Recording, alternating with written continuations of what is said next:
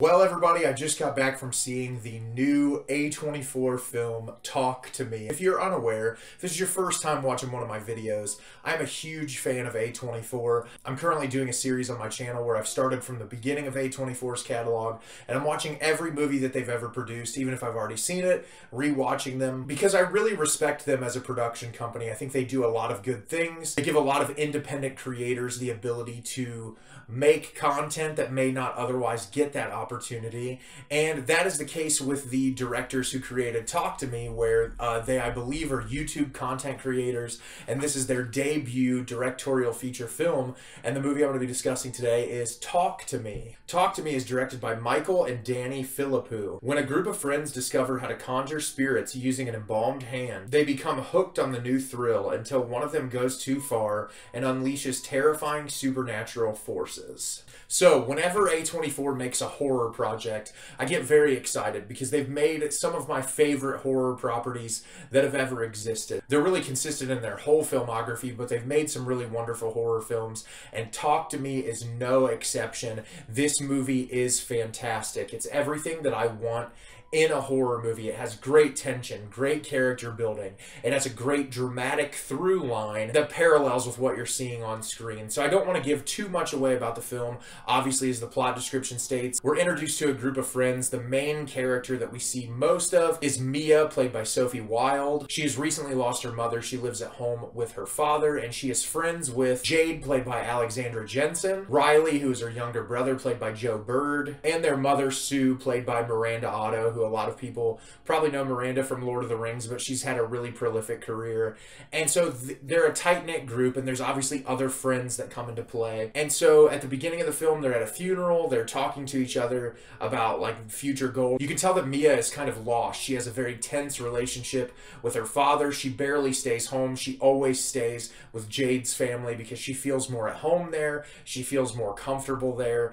And through this certain set of circumstances, we learn that a lot of the kids in the area have become fascinated with this thing where these two members of the friend group have acquired this hand that essentially they tie you to a chair, they light a candle, they have you grab the hand, say talk to me, and for 90 seconds you are able to let a spirit into your body that will communicate with you or do something, and everyone is fascinated by this. Some people don't believe it, some people think it's a hoax, some people just want to keep doing it because they think it's awesome, and through a certain set of circumstances they end up overusing this thing to where it has horrible consequences, and the film is showing us the ramifications of those actions. And I think when you think about this film on a very large scale, there's a lot of thematic elements that you could pull from this. The easiest one for me personally as a viewer is it really examines what people in a depressive state go through and what it's like dealing with depression,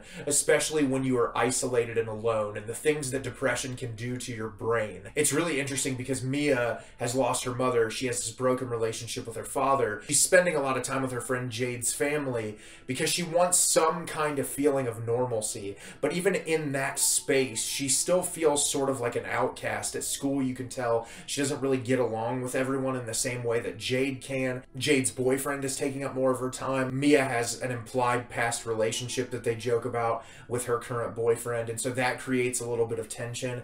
And aside from being there whenever there's conflict, she's isolated again, and it just sends her mind scrambling. And I think the film does a really great job of kind of showing what it's like dealing with that and trying to deal with it on your own, and where that can take your brain and how much that can do to your brain. You could also look at this film as an allegory for drug addiction for certain, especially with the use of the hand and what, like, people just wanting to do it more and more, becoming obsessed with it until the ramifications take a toll on everyone involved.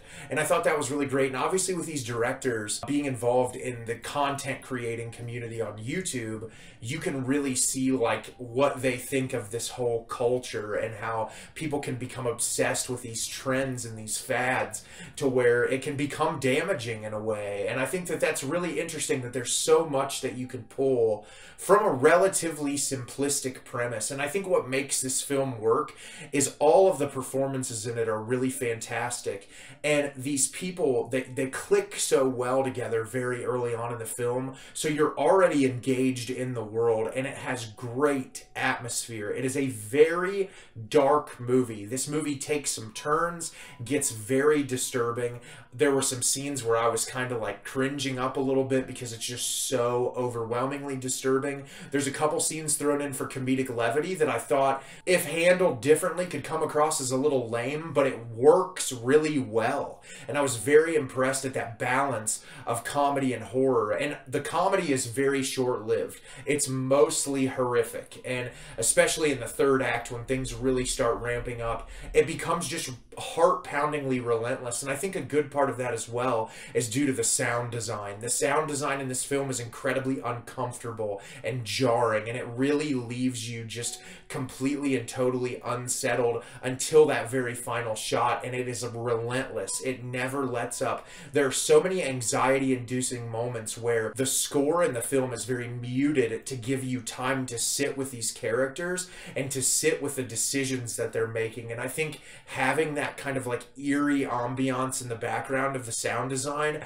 with less of a score in moments really makes that material resonate with you so much more and packs such a substantial punch. And the cinematography in this is great. I really like the way that these entities look. They all have a very defined personality to where you can kind of see how they've died or how they've progressed in the afterlife. Some of these people have like really bulbous like growths on their neck, like where you could think that they drowned. And there's a lot of attention to detail from the creators in this movie that really impressed me a lot. And I think having such an immersive world with a relatively, like I said, simplistic story makes it pack a punch. I think that if you revisit this film, you're still going to be equally as entertained, even if you know what's happening, because it does a great job at building that anxiety and that tension.